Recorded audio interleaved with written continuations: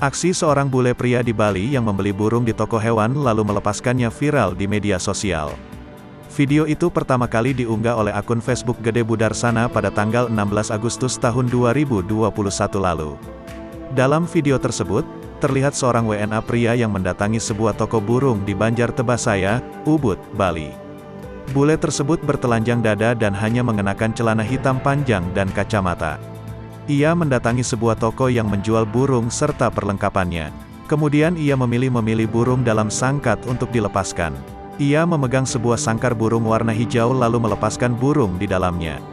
Aksinya pun dilihat warga yang ada di lokasi. Terdengar tepuk tangan warga sekitar saat sang bule melepaskan burung tersebut. Ia kemudian memilih sangkar lagi lalu melepaskan burung di dalamnya.